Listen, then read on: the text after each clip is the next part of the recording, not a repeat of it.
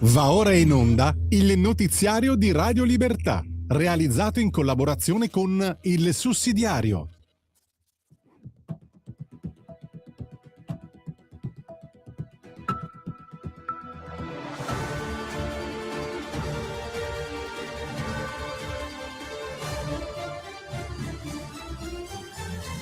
Buongiorno e benvenuti al TG di Radio Libertà in collaborazione con il sussidiario.tv. È mercoledì 29 aprile 2026. Salvini rilancia. Famiglie e imprese al centro. Con una richiesta netta all'Europa per più margini di spesa. La Lega dice no al nuovo bilancio europeo da oltre 2.000 miliardi. Mentre Forza Italia e Fratelli d'Italia si dividono. Il governo approva il decreto lavoro alla vigilia del 1° maggio. Salario giusto, contratti veri e stop ai contratti pirata. Il credito si fa più duro e le imprese rischiano di pagare il conto dell'incertezza globale. Gli Stati Uniti stringono la morsa sull'Iran. Nel mirino petrolio, reti finanziarie e intermediari cinesi. E terremoto nel mondo del petrolio. Gli Emirati Arabi lasciano l'OPEC dal 1° maggio. Tutto questo e molto altro subito dopo. Salvini rilancia la sfida per l'Italia. Famiglie e imprese al centro. Matteo Salvini mette sul tavolo la priorità della Lega. Più risorse per famiglie e aziende. Nell'intervista al Sole 24 Ore, il vice premier è chiaro. Se l'Europa consente margini di spesa per armi e difesa, l'Italia deve poter usare spazi analoghi per proteggere cittadini, lavoratori e imprese. Non una sfida ideologica a Bruxelles, ma buonsenso in una fase segnata da guerra, energia cara e credito più difficile.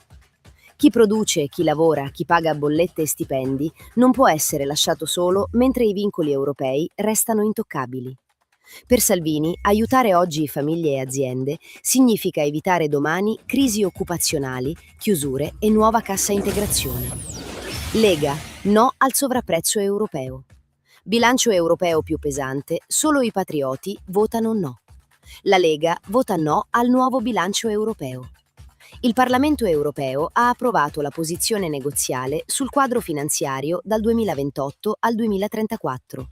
Un pacchetto da 1.780 miliardi a prezzi 2025, pari a oltre 2.000 miliardi a prezzi correnti, con un aumento di circa il 10% rispetto alla proposta della Commissione. A Strasburgo passano i sì, ma il centrodestra italiano si divide. Forza Italia vota a favore, Fratelli d'Italia si astiene, la Lega dice no. Più Europa non può voler dire automaticamente più spesa, più tasse e meno sovranità per gli Stati. La posizione leghista è netta.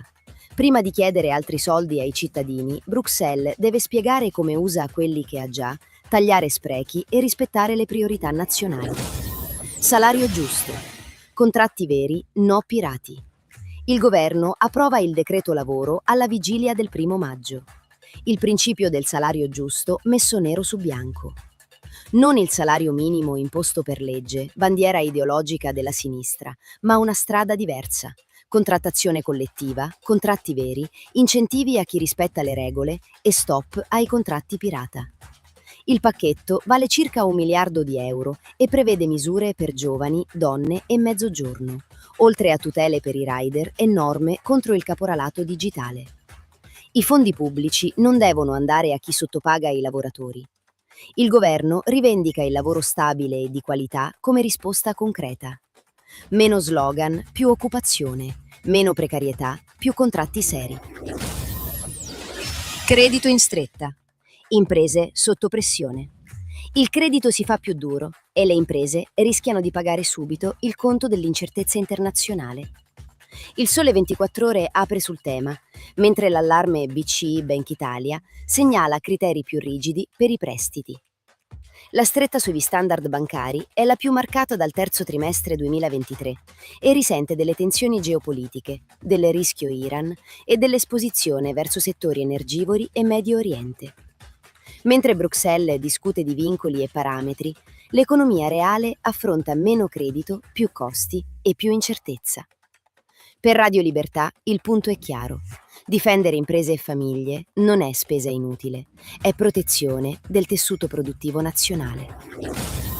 Trump serra l'Iran.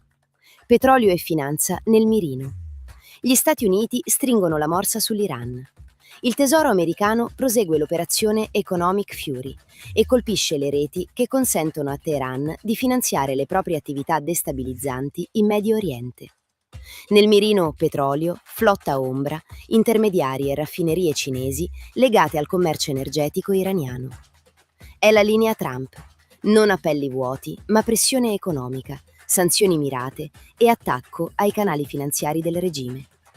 Washington punta a ridurre le risorse con cui l'Iran alimenta milizie, instabilità regionale e minacce alla sicurezza occidentale. La Casa Bianca manda un messaggio netto. Chi aggira le sanzioni e sostiene Teheran rischia di pagare un prezzo alto. L'OPEC si spacca. Gli Emirati lasciano il cartello dei produttori di greggio. Terremoto nel mondo del petrolio.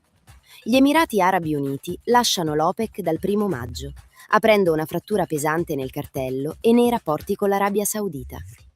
La decisione di Abu Dhabi può cambiare gli equilibri energetici del Golfo. Più libertà produttiva per gli Emirati e meno compattezza tra i grandi esportatori. Per i consumatori la rottura può diventare un'occasione.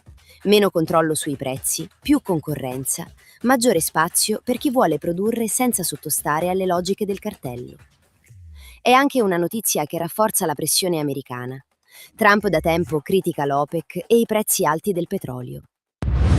Radio Libertà, in collaborazione con il sussidiario.tv, presenta gli approfondimenti di oggi. No alla decrescita. Crescita, imprese, lavoro. L'Italia non può permettersi di tornare indietro. Non all'austerità tecnocratica, non alla decrescita grillina, non alle ricette che hanno frenato imprese, lavoro e produttività. È il cuore dell'editoriale di Gianni Credit sul sussidiario.net, che parla di due dottrine tornate nel dibattito pubblico: il rigorismo tecnocratico e la decrescita felice. Due strade diverse, stesso risultato: meno crescita reale, meno competitività, più peso sulle spalle del paese. Credit ricorda che dopo 15 anni l'azienda Italia ha perso terreno sul fronte decisivo: la produttività del lavoro. Da una parte la stagione Monti-Draghi, con il vincolo europeo trasformato in orizzonte politico. Dall'altra il ciclo M5S, con reddito di cittadinanza e superbonus come simboli di redistribuzione senza sviluppo. La risposta conservatrice è un'altra: difendere chi lavora, chi produce, chi investe. Il ragionamento si lega direttamente alla linea di Salvini. Più risorse per famiglie e imprese non sono spesa allegra, ma protezione dell'economia reale in una fase di guerra, energia cara e credito più difficile. Contro austerità e decrescita, la via è crescita, lavoro stabile e potere d'acquisto. PD, voto e Allah. Venezia, la Lega all'attacco dell'islamizzazione. A Venezia esplode il caso dei candidati del Partito Democratico di origine bengalese, dei volantini in lingua bengalese e del richiamo religioso entrato nel dibattito elettorale. Il punto non è il diritto di candidarsi. I candidati hanno cittadinanza italiana e non ci sono irregolarità formali. Il punto politico è un altro. Una campagna può essere costruita su lingua, comunità e religione, senza trasformare l'integrazione in voto separato. Il caso riguarda Marghera e la corsa amministrativa veneziana. Nei materiali del PD si punta direttamente alla comunità bengalese, con la polemica sulla moschea sullo sfondo. La sinistra rivendica la scelta come rappresentanza. Il centrodestra vede il rischio di una politica dei recinti comunitari. Durissimo Paolo Borchia, capodelegazione della Lega al Parlamento europeo. Per Borchia, candidare islamici solo per propaganda è un approccio pericoloso e irresponsabile. Il PD strumentalizzerebbe la religione pur di raccogliere consenso. Le regole devono essere uguali per tutti. Integrazione vera significa cittadini dentro una comunità nazionale, non bacini elettorali mobilitati per lingua, appartenenza e religione. E anche per oggi finisce qui il TG di Radio Libertà in collaborazione con il sussidiario.tv. Grazie di averci seguito con tanto affetto e appuntamento, come di consueto, a domani. Buona giornata. Avete ascoltato